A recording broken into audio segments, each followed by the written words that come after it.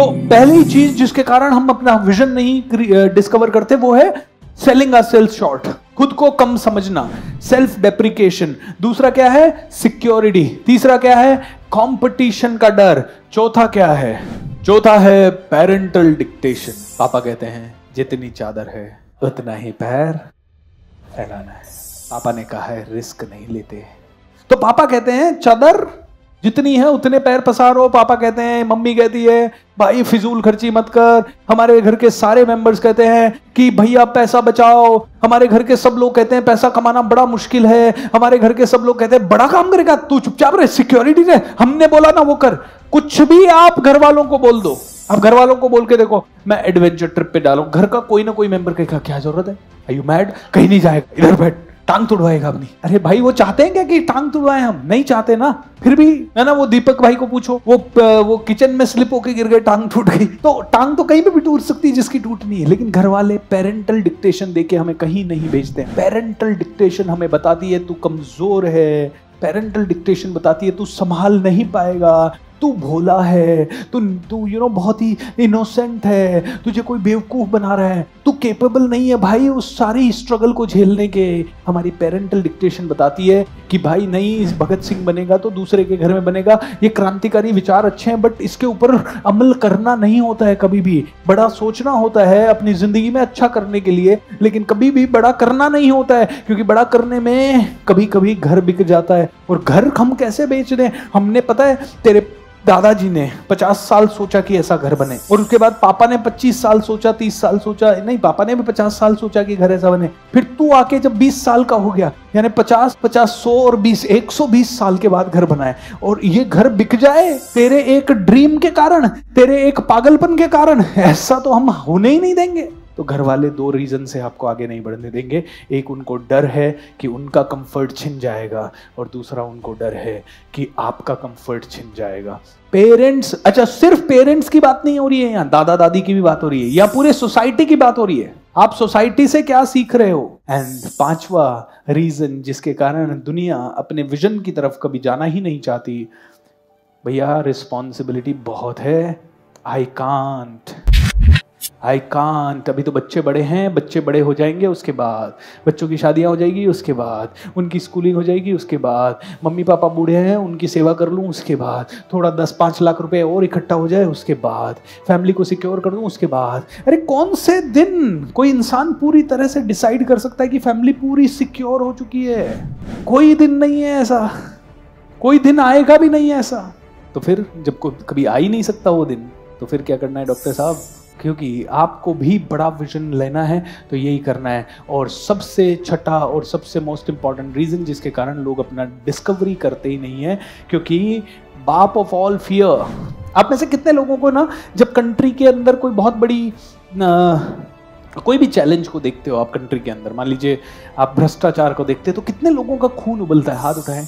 नहीं, वो उबाल रहता है। मान लीजिए आपको किसी ने चीट भी कर लिया और आपका खून उबल गया, यार ये भ्रष्टाचार को तो मैं मिटा के रहूंगा। फिर एक चाय भी लेते हो, पानी भी लेते हो, बोले यार ठीक है मिटाएंगे अगले जन्म में, अभी तो अपन दे देते ना उसको, थोड़ा सा पैसा ही तो मांग रहा है। अब कोई भी, और एक्चुअल में क्यों आपने वो किया?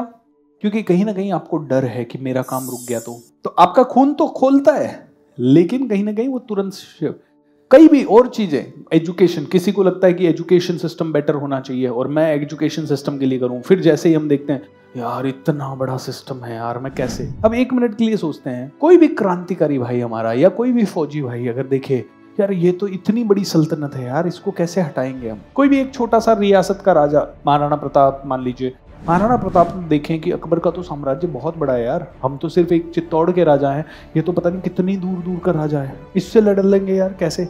दोस्तों क्रांति तो ना एक आदमी के हौसले से ही शुरू होती है, और क्रांति की जरूरत लाखों फील्ड्स में है। एक बंदा जिसका नाम है जाधव मोलाई, नाम सुना है आपने? जाधव मोलाई जंगल में काम करता था, फॉरेस्ट डिपार्टमेंट के अंदर, तो थोड़ा ऑब्जर्वेंट था। उसने देखा यार पहले 3 साल पहले 100 पक्षी आते थे, आजकल 20 आते हैं। उसने देखा पहले 100-200 मोर थे, आजकल 2-4 आते हैं। उसने अवेयरनेस दिखाई कि आजकल पक्षी कम आ रहे हैं, इसका मतलब कुछ तो गड़बड़ है। वो फॉरेस्ट डिपार्टमेंट के हेड्स के पास गया, साहब थोड़ा जंगल अपने को और बढ़ाना पड़ेगा, अपने को और पेड़ पौधे लगाने पड़ेंगे, आजकल पक्षी नहीं आते। उसकी बात किसी ने नहीं सुनी, उसने नौकरी से रेजिग्नेशन दिया और उसने खुद 1300 एकड़ में एक एक पौधा अपने हाथ से लगा के जंगल उगा दिया। जादव मोलाई ने उसको आई थिंक बहुत बड़ा पुरस्कार मिला था, है लास्ट ईयर मिला था। ये भी है विजन। कोई आदमी बच्चों को पढ़ा देता है और उनमें से कई बच्चों को उसने IIT में सेलेक्ट करवा दिया, मतलब ये भी एक विजन है। तो विजन डज नॉट मीन कि क्रांति में लड़ना ही है, बट इतनी बड़ी सोच तो होनी चाहिए। लेकिन हम कहते हैं नहीं, इतनी बड़ी चीज मैं थोड़ी कर पाऊंगा, वो तो उन्होंने कर दी। बट उनसे पूछो कि जब उन्होंने करी तो कैसे शुरू की। ये तो दोस्तों इट्स लाइक दिस, आप यहां से रात के अंधेरे में जा रहे हैं, मान लीजिए जम्मू कश्मीर। क्या आपको जम्मू कश्मीर तक की सड़क दिखाई देती है? नहीं। आपको कब कितनी सड़क दिखाई देती है? आपको तो बस डिसीजन लेना है, पहुंचना कहाँ है? जम्मू कश्मीर। बस इतना डिसीजन लेना है। आपको नहीं पता रास्ता कौन सा है। क्या यहां से रास्ता दिख रहा है? मान लो गूगल ने भी बता दिया ऐसे जाना है, तो भी रास्ता दिख रहा है क्या? आपको पता है क्या कहीं लैंडस्लाइड है, या कहाँ पे कौन सा चेक नाका है, कहाँ पे कितना ट्रैफिक जाम है, कहाँ पे से यू टर्न लेना पड़ेगा, कहाँ से लॉन्ग टर्न लेना पड़ेगा? कुछ नहीं दिख रहा। आपको कितना दिख रहा है रात में? 100, 200, 300 मीटर्स बस। और जैसे 300 मीटर आगे गए क्या दिखता है? अनदर 300 मीटर्स, और फिर अनदर। बस यही हो रहा है सारे विजनरीज के साथ। किसी के अंदर दम नहीं है कि आगे क्या करना है, किसी को नहीं पता आगे क्या करना है। वो लोगों ने तो एक चीज पकड़ी और उनको 300 मीटर दिख रहा है। उनको पता है जाना जम्मू कश्मीर है, उनको 300 मीटर दिख रहा है। 300 मीटर चल लिए तो अगला 300 दिख रहा है, फिर अगला 300 दिख रहा है, फिर अगला 300, और फिर इतने आइडियाज आने लग जाते हैं। जब मैं ट्रेनिंग के फील्ड में उतरा तो मुझे दिखता था बस एक ही चीज, अंग्रेजी सिखा लें और जस्ट डायल से 30 लीड आती है, 30 में से 3 कन्वर्ट हो जाए, 4 कन्वर्ट हो जाए, 5 कन्वर्ट, इतना ही दिखता था बस। और जब वो 5-5 कन्वर्ट करने लगे तो फिर हो गए 100 स्टूडेंट। फिर 100 हो गए तो यार इनको पर्सनालिटी डेवलपमेंट भी सिखा देते हैं। इनमें से कुछ लोगों की तो थोड़ा सा और पर्सनालिटी डेवलपमेंट दिखा। फिर किसी ने कहा सर कॉर्पोरेट ट्रेनिंग हमारी कंपनी में करवाओगे? कंपनी में भेज दिया तो थोड़ा कॉर्पोरेट ट्रेनिंग वाला रास्ता दिखा। फिर किसी ने बिजनेस कोचिंग का रास्ता दिखा। ऐसे लोग फिर मिलते गए जो उस फील्ड से जुड़े हुए हैं। जैसे ही आप क्रांतिकारी बनोगे, क्रांतिकारी आपको ढूंढ लेंगे। ट्रू और नॉट? That's the power. तो आपको पूरा रास्ता पता होने की जरूरत नहीं है विजन का। आपने आज सोच लिया मुझे 1 करोड़ लोगों की जिंदगी में एजुकेशन लाना है, मान लीजिए आपने ये सोच लिया आज, आप उस रास्ते पे चलना शुरू करो।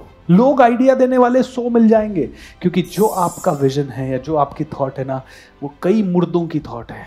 आपने बस एक्शन ले लिया और कई एक्शन नहीं ले पा रहे। वो आइडिया जरूर दे देंगे, अरे यार तू जो करना चाहता है ना मैं भी करना चाहता हूं, बस तू ऐसे कर। तो बाप ऑफ ऑल ये 6 प्रॉब्लम्स हैं जिनके कारण लोग विजन नहीं देखते। फियर तो success suicide weapon number 1। It stops people from capitalising on opportunities. लोगों के पास अपॉर्चुनिटी पड़ी होती है, ये विजन जैसी अपॉर्चुनिटी है, लेकिन लोगों को क्या रहा है, 51,000 चला गया तो क्या हो गया, रोड पे आ जाओगे।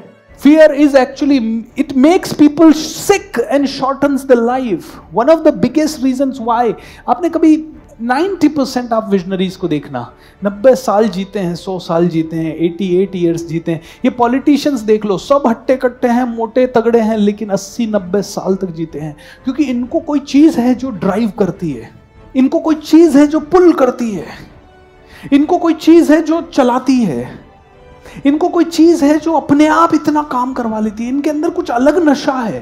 ये विजन जो जिनके पास भी होता है ना, वो आदमी निरोगी रहता है।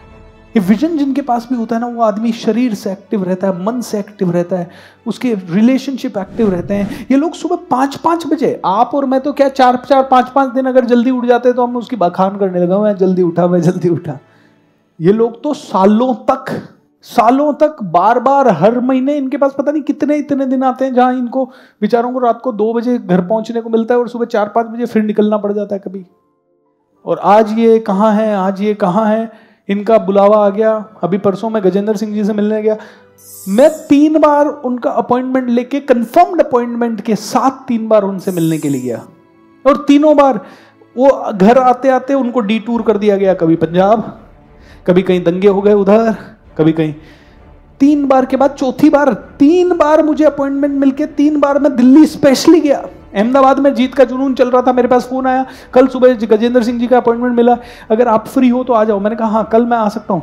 इधर बिजनेस कॉन्क्लेव खत्म किया अहमदाबाद में, रात को 11 बजे 12:30 बजे की फ्लाइट पकड़ी, और फ्लाइट लेट हो गई 3 बजे, सुबह 5 बजे दिल्ली पहुंचा, उनके बंगले पहुंचा।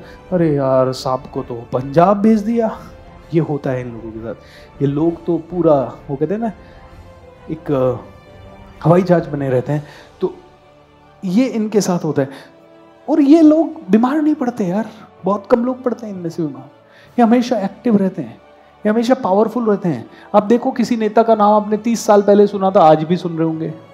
एमपी में वही कमलनाथ और वही शिवराज सिंह चौहान। मैं जब से छोटे से बड़ा हुआ हूं तब से ये दो ही नाम सुने आ रहा हूँ एमपी में। ये लोग हम राजस्थान में सुने आ रहे हैं, वही शांति धारीवाल, वही अपने अशोक गहलोत। पिछले 25 साल से 2 ही 3 नाम सुने आ रहे हैं।